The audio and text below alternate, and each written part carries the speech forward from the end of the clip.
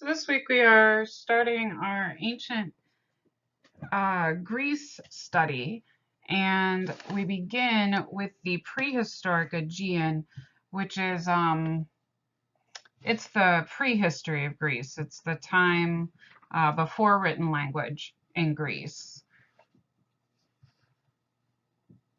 So this week we are starting our ancient Greece study, and we begin with the prehistoric Aegean, which is it's the prehistory of Greece. It's the time before written language in Greece. So this week we are starting our ancient Greece study, and we begin with the prehistoric Aegean, which is it's the prehistory of Greece. It's the time before written language in Greece. So this week we are starting our ancient Greece study, and we begin with the prehistoric Aegean, which is it's the prehistory of Greece. It's the time before written language in Greece.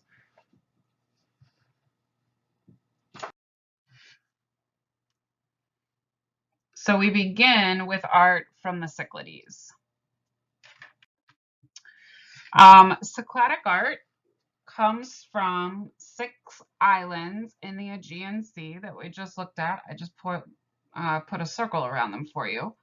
Art that survives from the Cyclades is mostly from tombs. They're pottery and small figurines, and they vary in size from a couple inches to 24 inches. Some are 36 inches.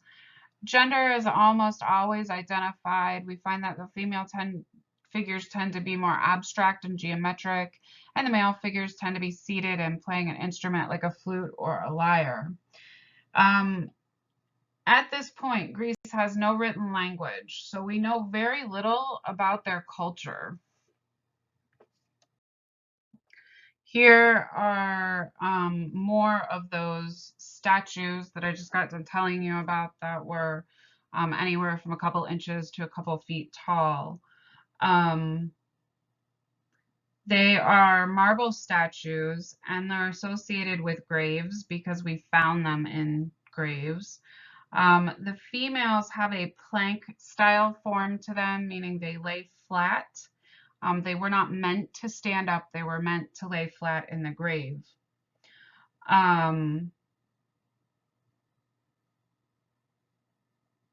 We still don't know exactly how they used the statues or who they represent or why they're in the graves. We do think, though, that it has something to do with a belief in the afterlife. They are geometric and stylized in form. The female figure is very flat and shows signs of painting in the eyes, the mouth, and dots on the cheek and necks.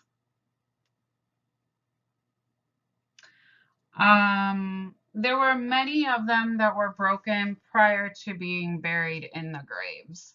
So we don't know why they would have been broken. Unfortunately, modernist style has made these particular figures very collectible.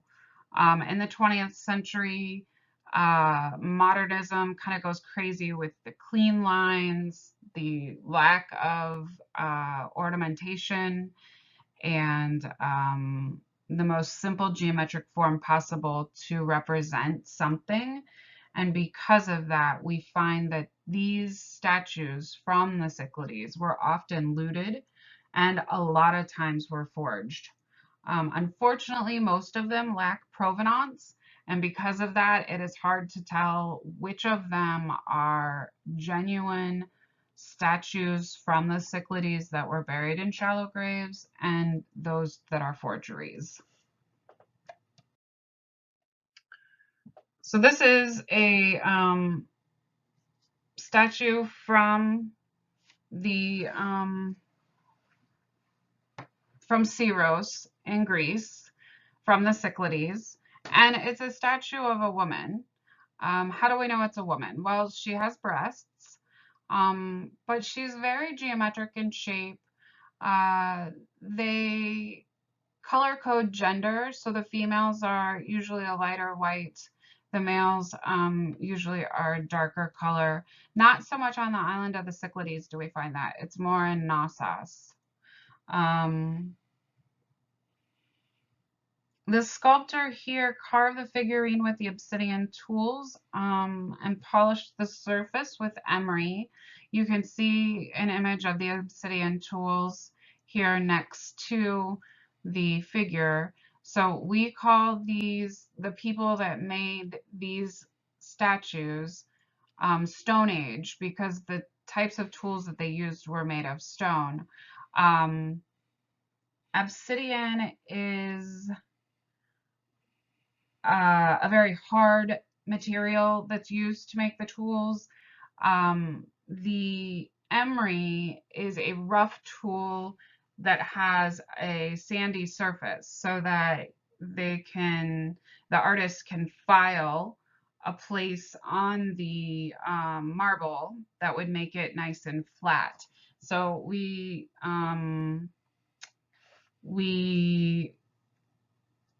refer to a common day material called an emery board. It's a nail file, but that material that's on top of the nail file is emery. That's why we call it an emery board. So at any rate, that gives you an idea of how rough the emery is. And I'm sure that they make it in different grits so that the artist can file a lot or a little. You can see that obviously the artist has filed a lot because things are very, very flat. In antiquity, these statues would have had eyes, and they would have been painted on. They were found in shallow graves. Marble is abundant in the Aegean Sea, and so we think that they may have represented something to do with their belief in fertility or their belief in the afterlife. Here you look at the male harp player from Kouros, Greece. It's dated 2600 to 2300. Used the same type of tools to shape the figure. But he sits down and he's playing an instrument. Most of them play a harp or a lute or a lyre.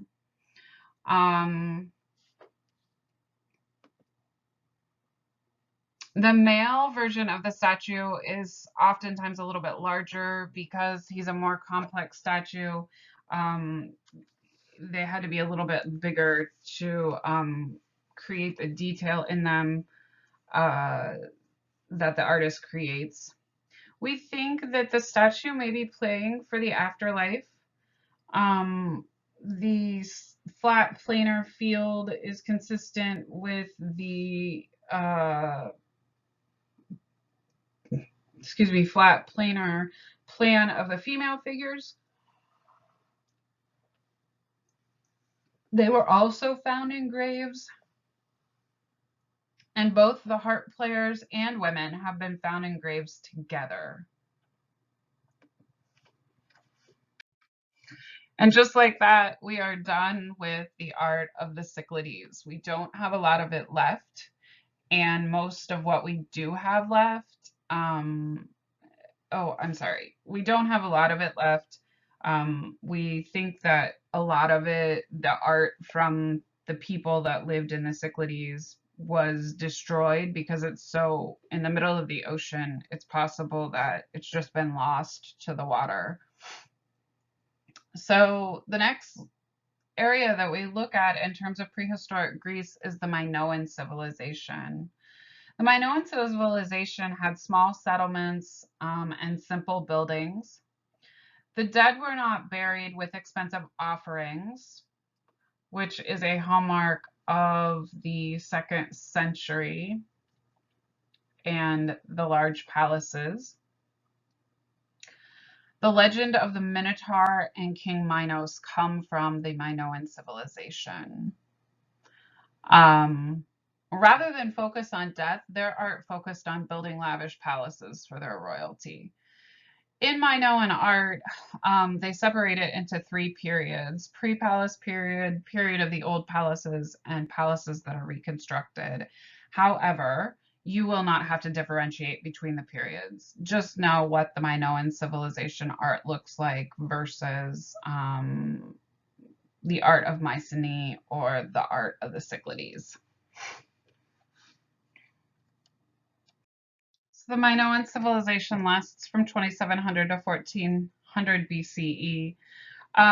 Crete begins creating pottery, and the height of the Minoans' greatest success was from 1750 to 1500. The British archaeologist Sir Arthur Evans called the people of this civilization Minoans because he named them after the legendary King Minos. Evans led an excavation at Knossos in the late 1800s, early 1900s. The Minoan success was based on trade and not conquest, and so we see that their art is a lot less warlike. They had contact with Mesopotamia and Egypt, we know that for sure. But we also know that they were more of a peaceful civilization.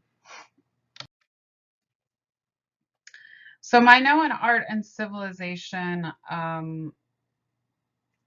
becomes an important milestone in terms of research and development. They have a written language named Linear A and Linear B, but we don't have a decipher to it, so that means that we still categorize them as prehistoric.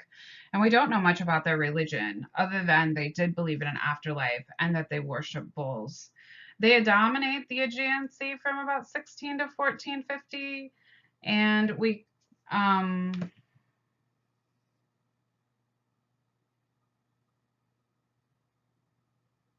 Oh, we know they had a golden age. The golden age was the time in which they built their palaces. They didn't need to fortify any of the thing in the palace because it was protected by the sea. The sea provided a natural barrier between them and other civilizations.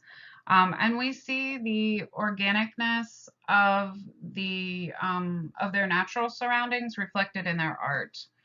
There are no monumental statues or temples, and they are taken over by the mainland in about 1200.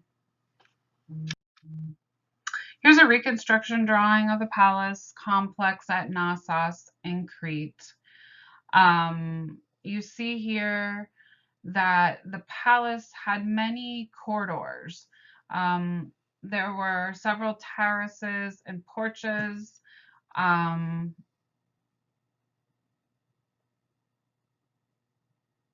there were entrances that were strategically placed in the north, south, east, and west, so that they didn't have to watch every single entrance, or so that they didn't have to watch so many spots in the palace complex. They were able to mostly focus on 4 spots to keep them all safe. Here is a footprint of the palace. The study of the palace at Knossos really taught scholars a lot about prehistoric life in terms of ancient Greece. We know from this site that the Neolithic people of Crete believed in the afterlife and had a ruling class. They wouldn't have built a palace if they didn't have a ruling class, and we know they believed in an afterlife because of the art within the palace. You can see all of the corridors here in the footprint, which is part of where the legend of the Minotaur comes from. And you can see that the sort of footprint shows you how similar in shape and size each of the corridors are. That is part of the legend of the Minotaur and King Minos.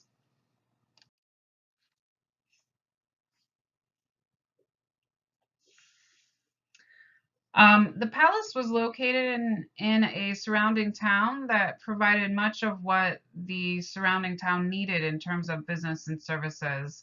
So, the palace was a main center. It was a main hub for the town altogether. Here you're looking at one of the stairwells that descends into the throne room.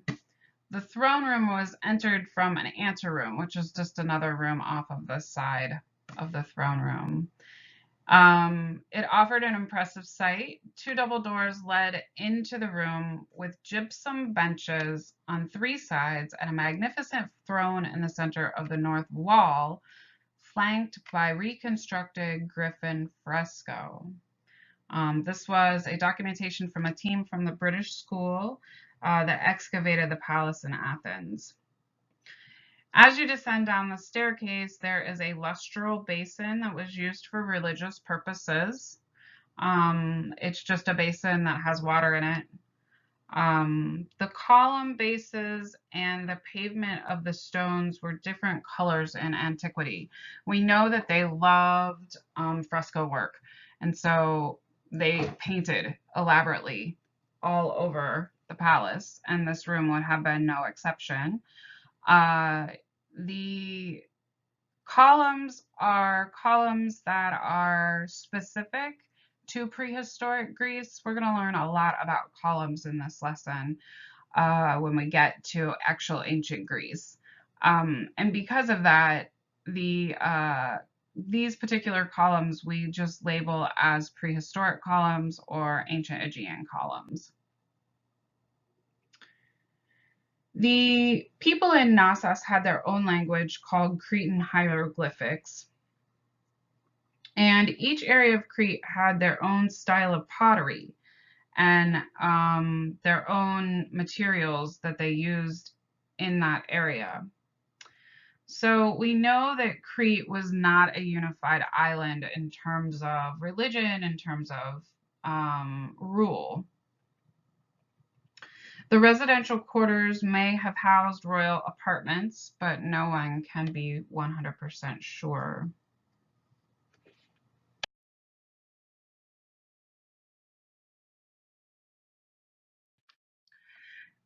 This is a fragment of a fresco. It is a Minoan woman or goddess from the Palace of Knossos. It's dated to 1500 BCE, and it is very bright and rich in color. It shows the ornamentation and love of the ancient Aegean people for fresco. And you can see some of the stylistic hallmarks that we associate with this prehistoric time period. The frontal eye and the side profile, the large almond-shaped, wide-open eye with the high bridge on the nose and a fuller lip. Their canon of proportions is very different than the canon of proportions that we saw in Egypt. You can see that the eye is almost as large as the ear, and it sets at the top of the ear. You can see how much they love pattern just from this fresco piece. Now this fresco is what we call bone fresco. It's true fresco. True fresco is a process in which the plaster and paint mix together, and then the artist lays the plaster on the wall in the color. That plaster being laid on the wall in that particular color, in that particular order, becomes part of the wall. And so true fresco is fresco that the painting and the wall are one and the same. In order to preserve a true fresco painting, the entire painting has to, or the entire wall has to have a big hole cut in it. But there are ways to save the fresco paintings that are placed on these ancient walls. The mural paintings were paintings that were often very heavily patterned, very bright in color, and they were very striking in design. Minoans coated the rough surface of the wall with rubble and then with a fine white lime plaster that required rapid execution and great skill in order to paint. Why would it have created great skill and rapid execution? Because it dries very quickly. So you have to mix the color and place it on the wall very quickly. This is probably the most famous of the frescoes that were found in the Palace of Knossos, and it's called the Bull Leaping Fresco. It is a work of art that was done from 1400 to 1370. It's about 3 feet high by 4 feet long. And you can see the border of the painting highly patterned, and just pattern is something that the people of Crete really, really love. You also see a gender differentiation or a color differentiation in terms of gender. So you see the people that are represented in white are females, and the people represented in the reddish color are a representation of the male. Bull leaping was a common sport in prehistoric Greece, and it was a sport that we refer to as a sacred sport. Now, you probably know about sacred sports already, you just don't realize that you know it. The most common sacred sport that we know of is or was started in ancient Greece, and that's the Olympics. Sacred sports were sports that were performed to honor the gods and goddesses, to bring honor to the perfection of the creation of the body and its strength. So a sacred sport was a sport that was done as a dedication to the gods. But what you're looking at here is where what is a representation of the myth of the Minotaur. So here's what happened. The people of Crete would see people from the palace come into the town surrounding the palace and size up the children. If you had a child that was the right height or the right smallness or the right weight, they would take your child to the palace to have them perform a sacred sport. The child would often then go to the palace and begin training for their sacred sport specialty. Now, obviously, the boys were trained to leap on top of the bull's back, but the girls were also trained in this aerobatic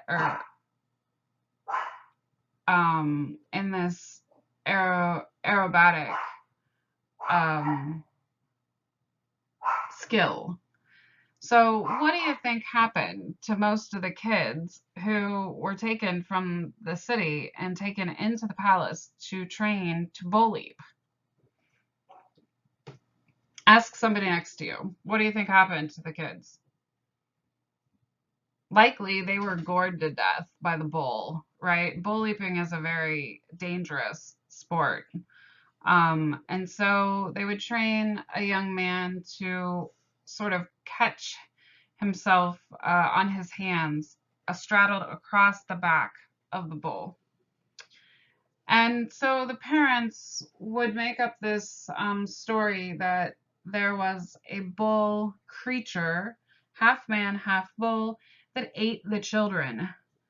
When in all actuality, most of them were gored to death while trying to practice for this sacred sport.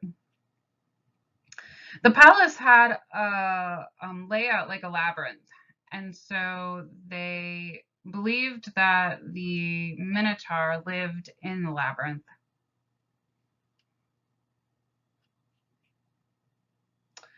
One of the most important things that were found in Crete is this first fresco.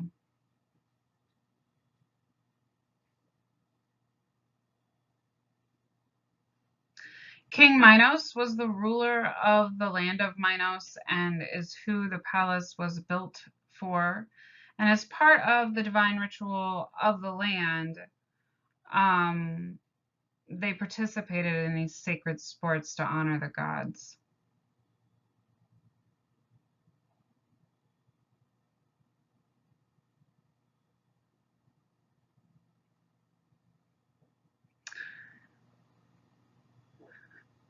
We think that they created the myth of the Minotaur as an explanation for why their children never returned home after being taken from the countryside to train to bull leap.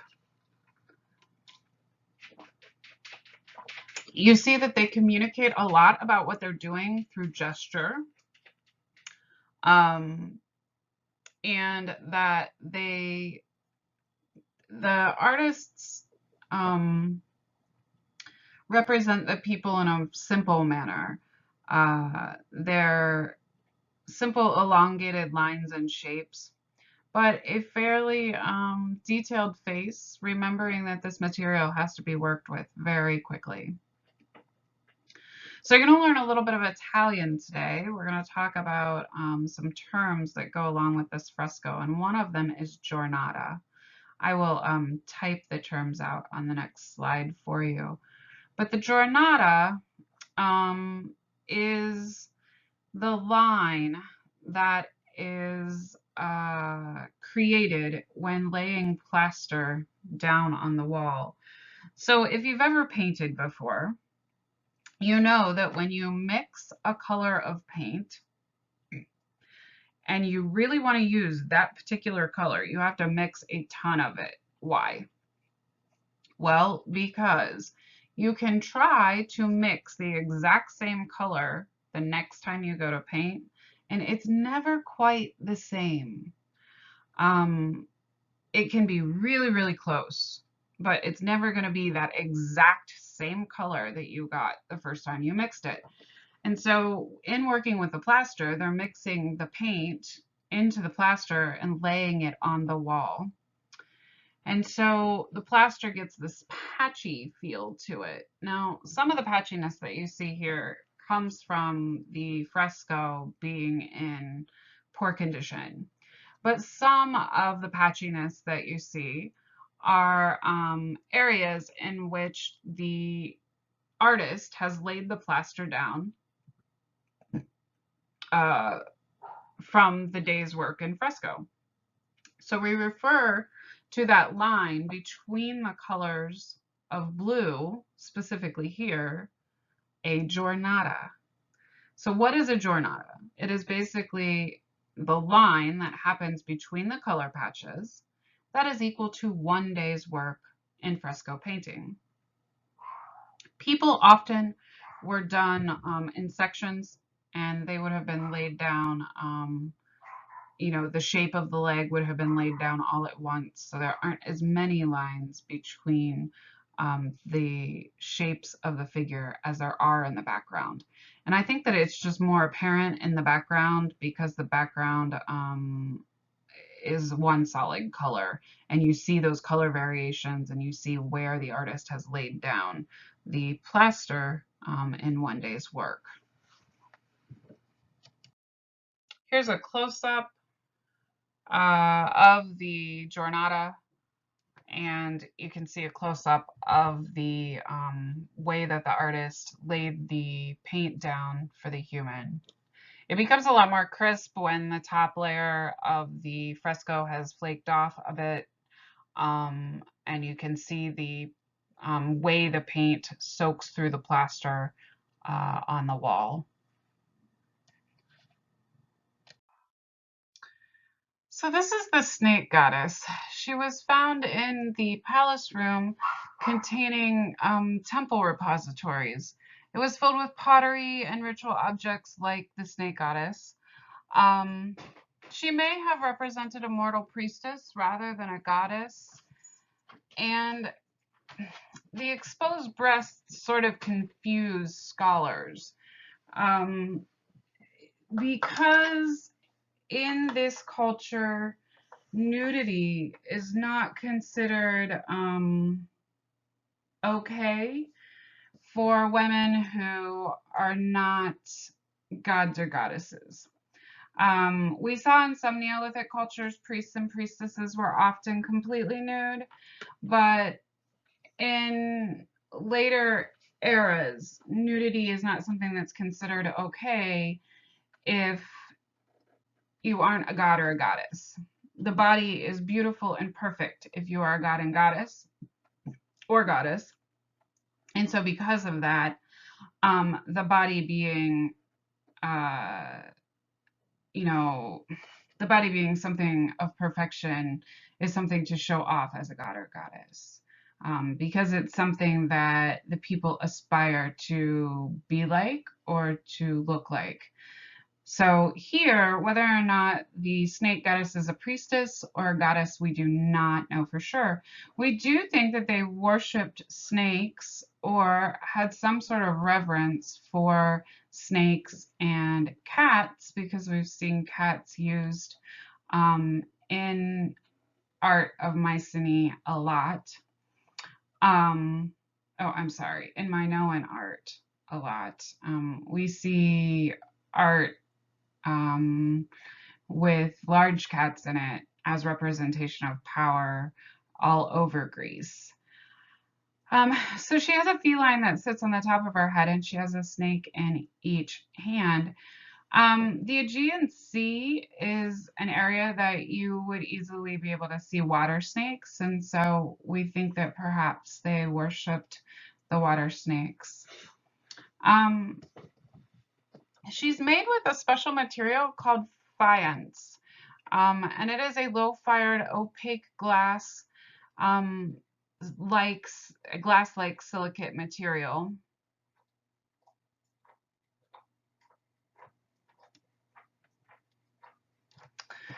And Gardner, your textbook, makes note of the mentioning that here we see power and dominion over the animals.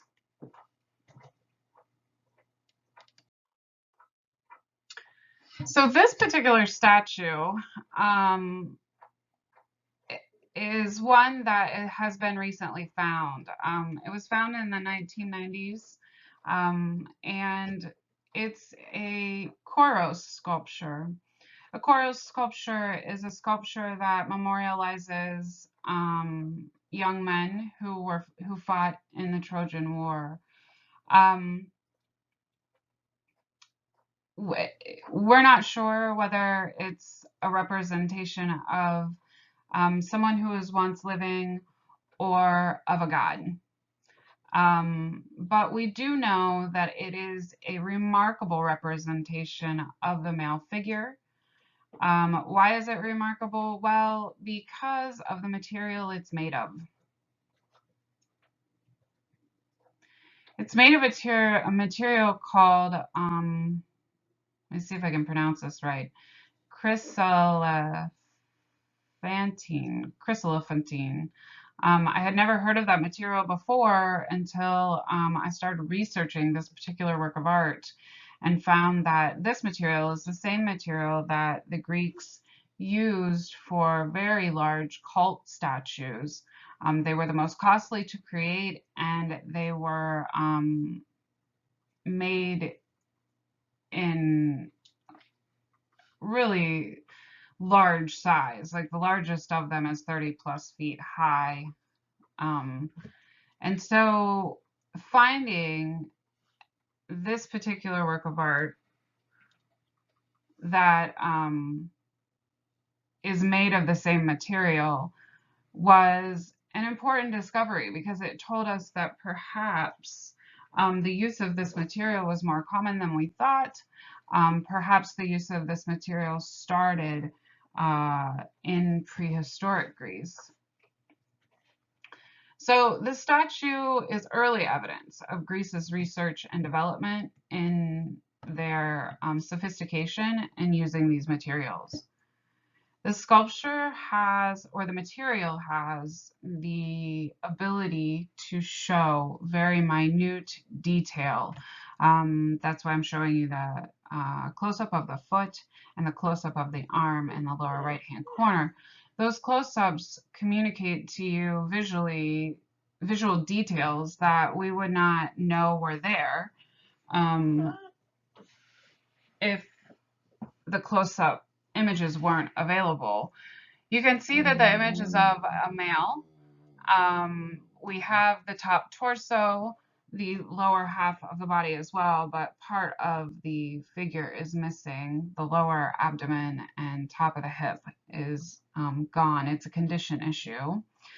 The sculpture has been fired, and the dark coloring comes from that firing process.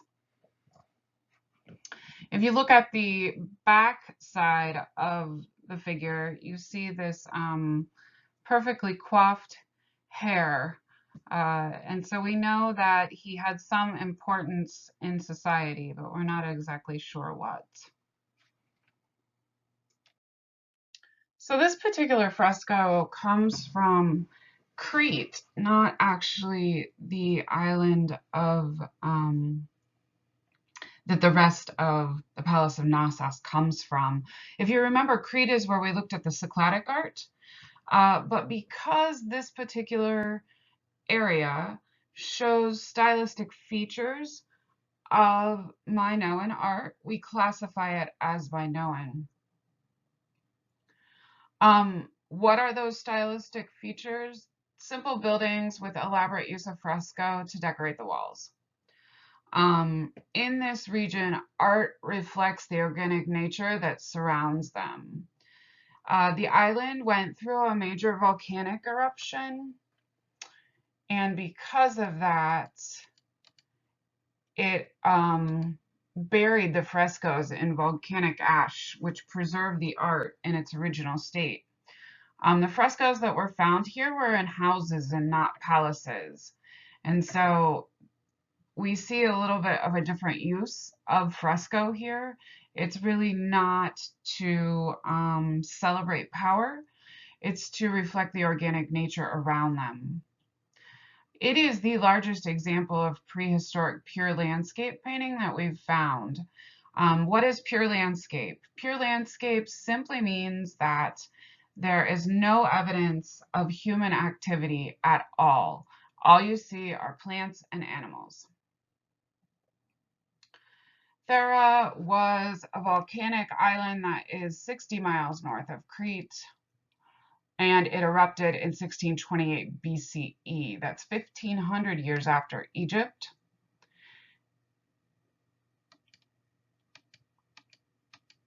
And you can see the organic nature reflected in the fresco. Now the fresco is done in buon fresco, true fresco painting, as well as you can see that it was intended to be more of a stylistic representation of the organic life around them. Here you can see a close-up of the fresco, particularly of the swallows.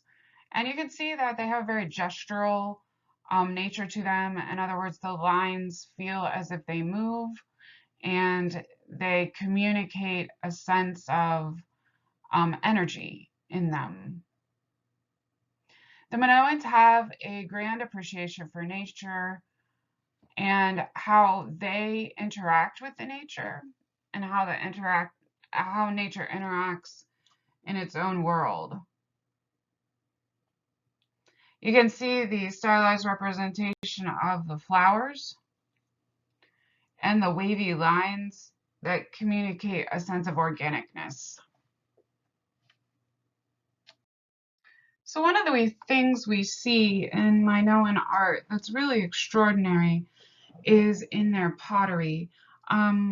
it's not so much the pottery itself that's so extraordinary as it is the decorating motifs that reflect the organic sea life and their technique for making them. They have new technology, they have potting wheels. And so the modern day way that we create a pot by throwing clay on the wheel is something that the Minoan culture has and uses. And this is one of the first civilizations that we have record of having that technology.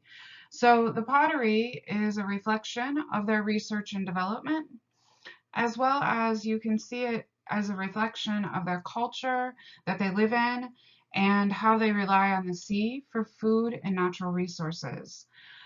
This particular pot is designed with a gray background and a white motif and a little bit of color with the red ochre. So the white motif underneath the fish, you see this strange looking shape that comes out of the fish's mouth. It's actually a net. And then you see the swirling lines representing the organic sea life around them. Let's look at another pot. This is an additional one of those sea life reflections. But you can see that the Minoan pottery here is very sophisticated. This would have been a vessel that probably held liquid. And the motif of the octopus covers the entire surface of the vase and does so in such a creative and aesthetically beautiful way. The contrast of the black on the white ground is quite striking, but the concentric circles that we see that are the motif of the underside of the octopus's tentacles, and the underbelly of the octopus is quite extraordinary. And it uses the natural shape of the pot to dictate the subject matter and how the subject matter is presented, which is sophisticated.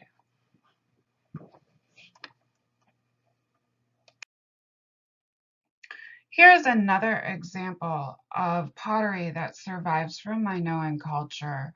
It is probably the best surviving example of relief sculpture. And the thing that's so remarkable about the pot is the natural way in which the artist represents the human. It's very gestural.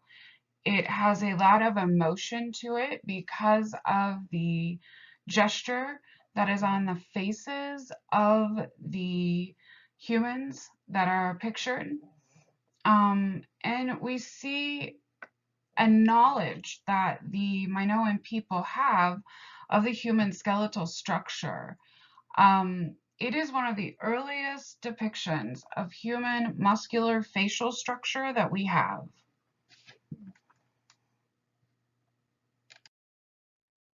So we're actually going to move to Mycenaean art now. So around about 1450, Crete suffers some natural disasters like earthquakes, and it makes their civilization weak. We really don't know what happened in terms of why they ended up losing their power, other than we know they suffered natural disasters. We know that the Mycenaeans took over and destroyed their palace in about 1200 BCE, and by the 1400s, the culture of the Minoans dissipates and is completely taken over by the Greek mainland. We call this new era that is on the Greek mainland Mycenaean art. So this is an aerial view of the citadel at Tiryns, Greece, which dated from about 1400 to 1200 BCE. The image to the right is the ruins of the citadel, and it's all we have left of Tiryns. They were the first of the Mycenaean cultures. No one really knows what happened to the Mycenaeans, but we think that they were dependent on Crete. And there was a volcano that erupted, and it burnt most of Crete and took down the surrounding cities financially. The Mycenaeans were strong warriors and engineers. They had tombs, bridges, citadels, and elaborate drainage and irrigation systems. The Iliad tells us that they were rich in gold. They wrote in Linear B, which was a new script that they invented, and they lived in a feudal system. The citadel is 1.5 meters from the sea, and it controlled trade routes from the sea to the mainlands and the Aegean centers. So they were very powerful. The area was settled long before the Bronze Age, about 2 generations before Mycenae's civilization built this large palace. In 13 BCE, earthquakes create a large amount of damage, but the people still inhabit the area until it was completely destroyed by Argos in 470 BCE. There was a church built on top of the ruins in the Byzantine era, and today Tiryns is not well visited, but the ruins still remain. This is a reconstruction drawing of the citadel at Tiryns, and it gives you a better idea of how the palace was sort of arranged. You can see some parallels to the palace at Knossos. There was controlled entrance from the north, south, east, and west.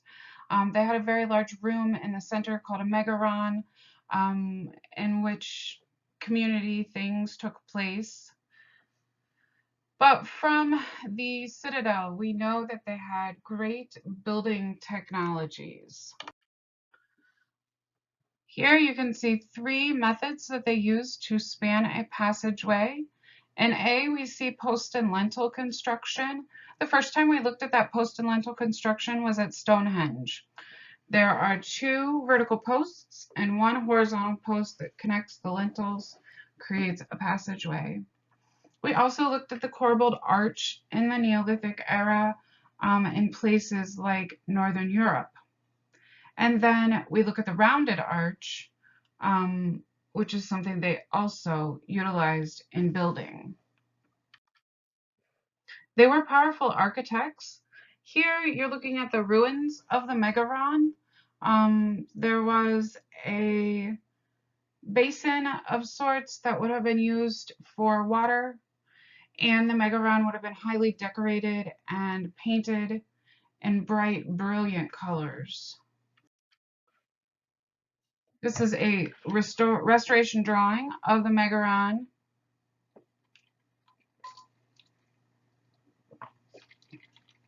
You can see that they highly valued pattern. They felt that pattern was aesthetically pleasing.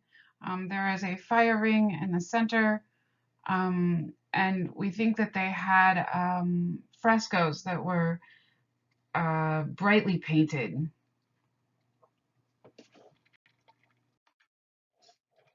This is the Lion Gate at Mycenae, and we know that they had sophisticated architectural tools because they created things like the Lion's Gate. So when we looked at the ancient Near East, a lot of times we saw gates that were highly decorative and were a propaganda show of power. King Sargon was famous for them, if you remember the Lamassu.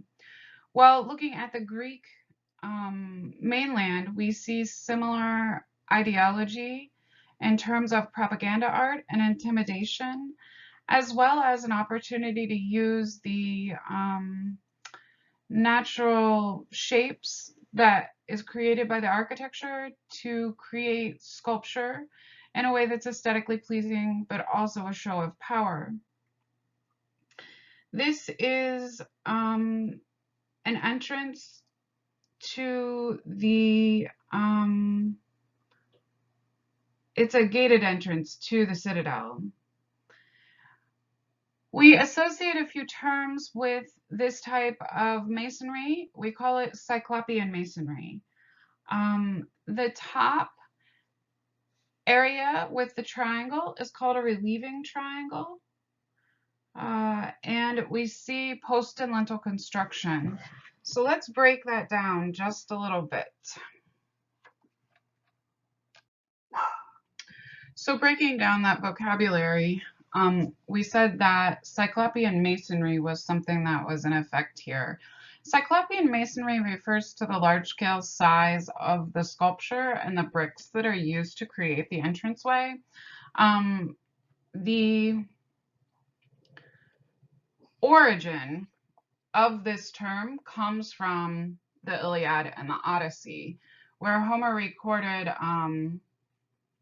a group of people called the Cyclops, who were so very large that they only had one eye, and that the idea was that only a Cyclops could have built this gate because it is so large.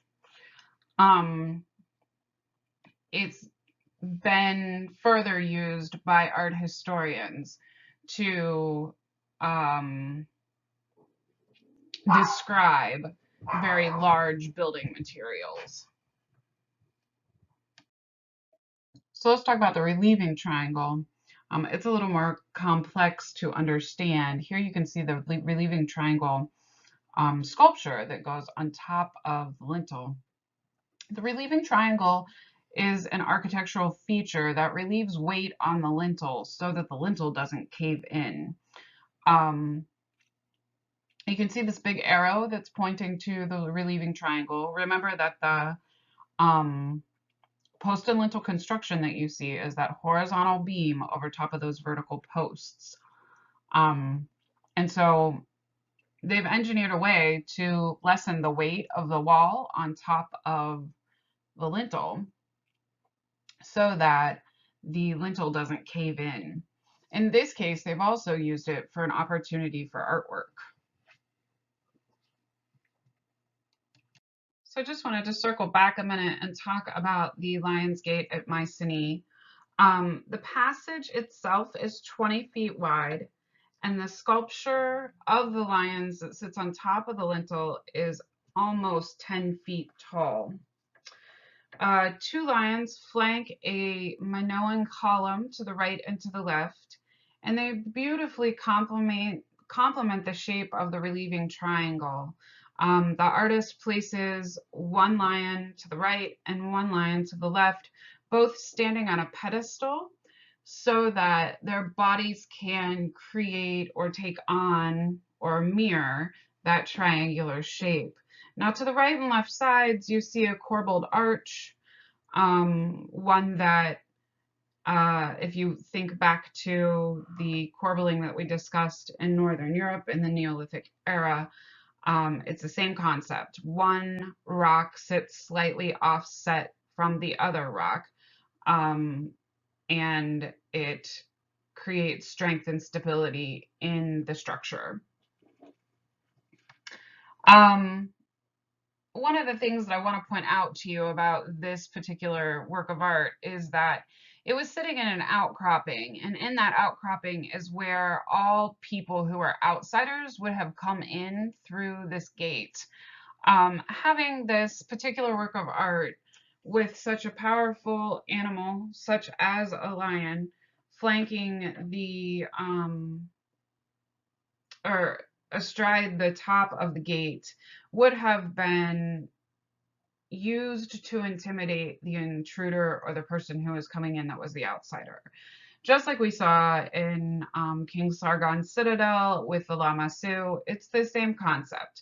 It's propaganda art. They're trying to make themselves look bigger and more intimidating than maybe they are, but it's a way to say we have strength and we have power.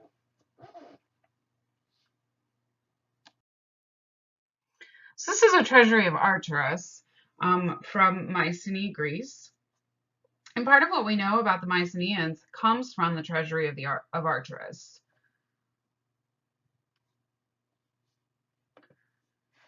When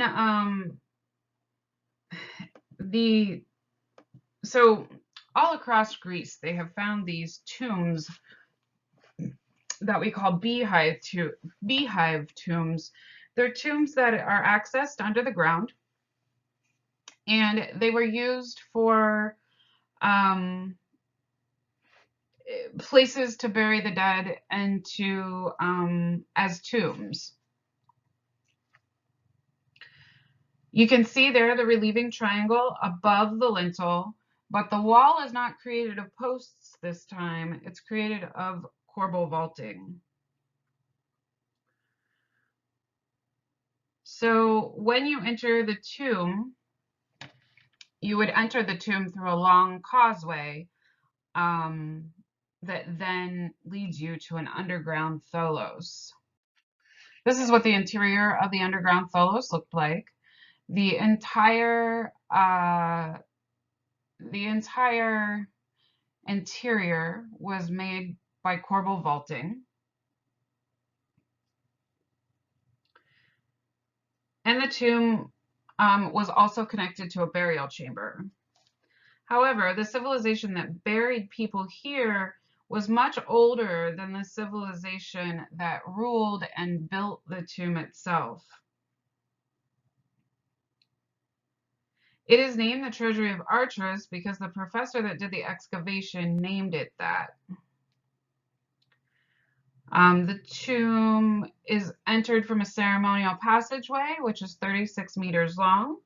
There are 109 tombs like this in Greece, and this tomb itself is 50 feet in diameter.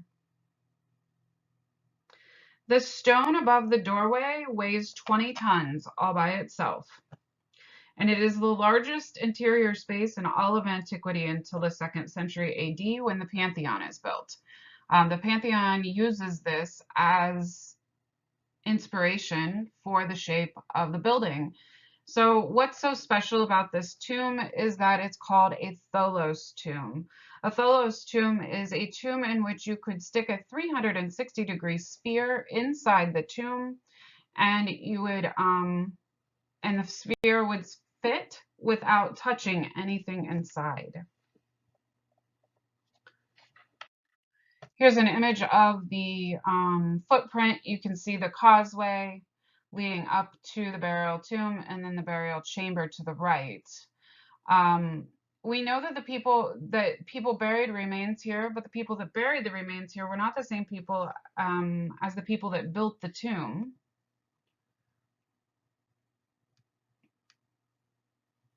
And then you can see the tholos vault to the right here, just the interior of the beehive.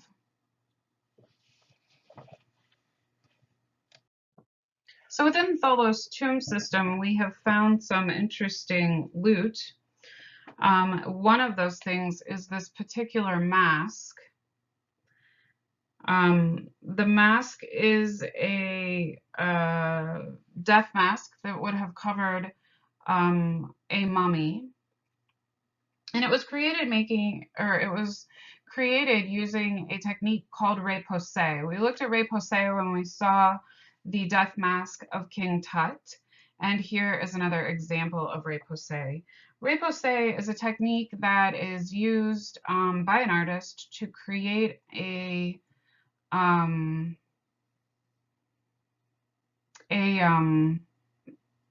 image in a flat sheet of metal. So what they do is take the flat sheet of metal and from the opposite side use a hammer and tools to bang an image out from the underneath. Used to be when I was a kid, we had these little contraptions that had like 1,000 steel pins in them, and you'd put your hand in it, and then from the opposite side you could see the imprint of your hand. Repoussé is done with that same concept. So this is a death mask of a king.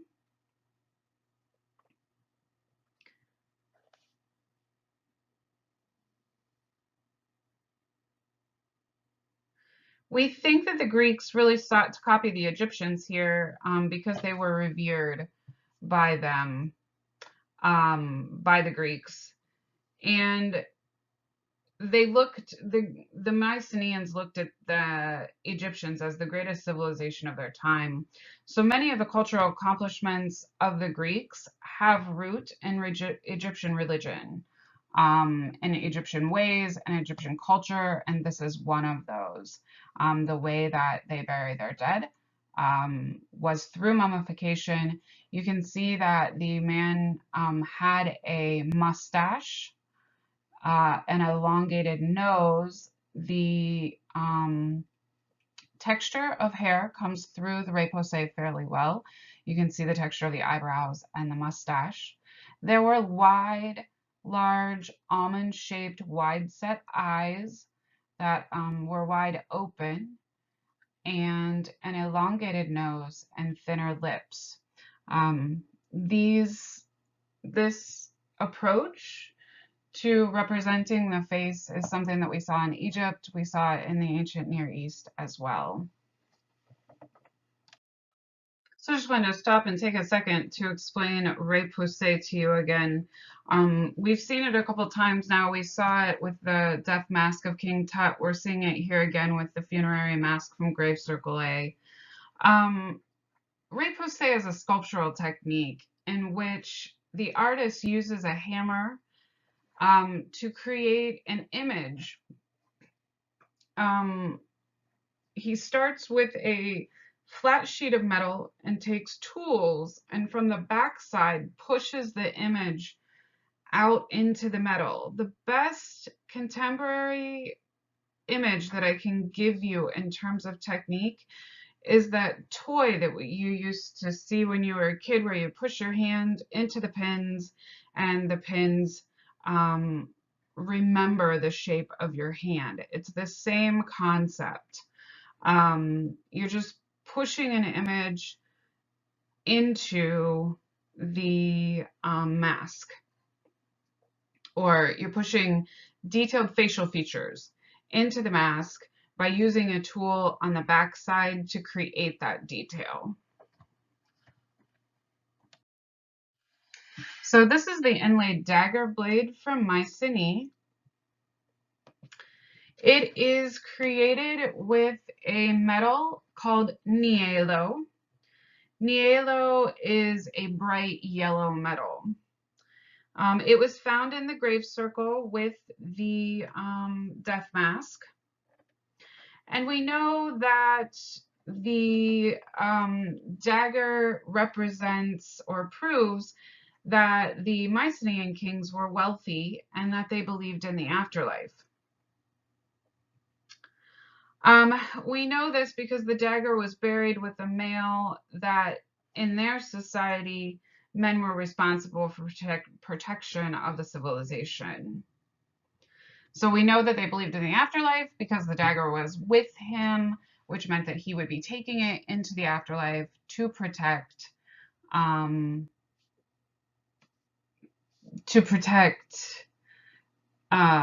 himself and others in the afterlife. They often believe that the afterlife very much mimicked life on Earth, right? Because they didn't really know any different. They didn't have this idea that heaven was some Shangri-La of relaxation and non-work like we do today in Western society. They kind of couldn't imagine anything other than, well, I don't want to say they couldn't imagine, but we don't see imaginary record of what they expected the afterlife to be like. We only see the things that they take with them when they go into the afterlife. And so here you see a scene in which warriors are fighting a powerful lion. The lion for the Mycenaeans was a power symbol. He was a creature that they feared. He was a creature that was fierce and could overpower a man. And so because of that, they used the lion as a power symbol.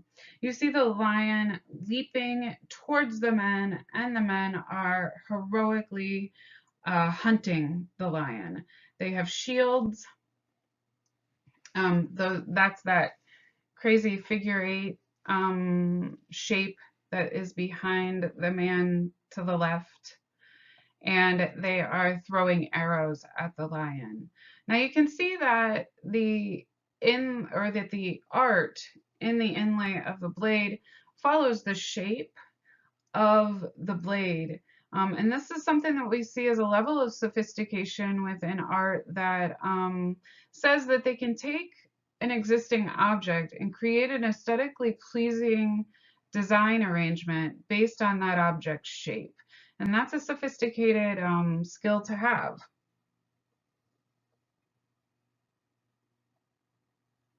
We know that the Mycenaean people were somewhat aggressive and warlike because the art that they have all seems to carry battle type scenes uh, on them. So we see the warlike nature of the inlaid dagger blade. We see the intimidation need from the Lion's Gate at Mycenae. So we know that they're trying to represent themselves as a strong society to be feared. This is the hunter capturing a bull. It's a drinking cup, and it's done in the exact same style that we saw that death mask. It's done in repoussé, and it's exquisitely representative of pattern and nature. You know, the thing about this particular work of art is that there's no question that the artist that created this work of art had intense skill in observation of the world around him. He shows the farmer with muscles flexed, trying to plow the field. He has a bull who is in front of him. And the work of art is so very detailed that you can even see the gentle way the muscles ripple underneath the bull's skin. That is something that we haven't seen in terms of artistic technique as strong as we're seeing it here in this beautiful drinking cup. You can see the repetitive nature of texture that the artist uses, that we know that in prehistoric Greece loved. We can see the attention to the musculature and the man who's working the land. This is just one very exquisite drinking cup that was found in a tomb. We also find from Mycenae pottery. The shape of this pot is a crater. It's a large bowl that's used for mixing wine and water. We'll look at the different vase shapes when we get to Greece proper here, but just so that you understand, there are different shapes of vases. This particular vase is decorated with a repetitive pattern of Mycenaean warriors getting ready to head off to the Trojan War. The Trojan War, I think starts about it starts shortly after 1200 BCE. I don't want to tell you an exact figure because I'm not 100% positive. So we'll just say that the Trojan War is getting ready to gear up. And this is a representation of those Trojan soldiers going off to battle. The three-quarter moon shape behind the soldier is the shield. They wear short tunics with leg coverings, chainmail, armor, and hats that sort of look like dish colanders, but that were popular for the Mycenaean soldiers. You also see with them they have a spear and a small leather pouch that would have carried supplies.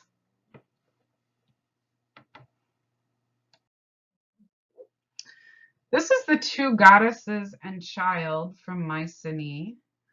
The women's costumes are very similar to the costumes that we saw from the snake goddess at the palace of Knossos. You can see that they wear this underbreasted corset with the top half of them hanging out. the breasts being exposed tell us that this is a representation of a goddess. This type of nudity is not something that was okay for the everyday ordinary woman unless she was a prostitute. Here you see rows and rows of textured skirting material, whether it was some sort of fabric or leather, we're not exactly sure, but if you reference the snake goddess's outfit, you can see that it was made from natural materials. They sit together intimately, touching one another uh, in a loving gesture, and then they reach out and comfort a child who is climbing into their laps. So they have a sense of maternalness to them that we don't know exactly what it means or why the representation of the female intimacy or compassion is represented here. We do know that they're goddesses, and we know that this is a child climbing into their laps, but that's about it. In a place where scenes of hunting and warfare dominate, scholars often raise an eyebrow at this particular sculpture, trying to figure out its exact meaning. And this is a female head from Mycenae, Greece.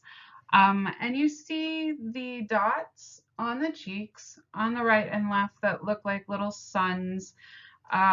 When we looked all the way back at the modern geometric sculptures from the Cyclades, these little dots, or these circles with the little dots around them, are a motif that we see remnants of on the sculptures, as well as represented here in the female head.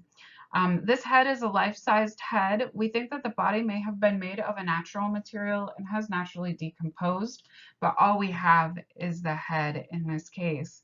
It is female. We know that because she is a white color. Remember, in Greek society, oftentimes they color-coded gender. So females were done in a white color and males were done in a reddish ochre color. She has wide, open, almond-shaped eyes that are wide set apart with a prominent brow ridge, an elongated nose, and a smaller set of lips.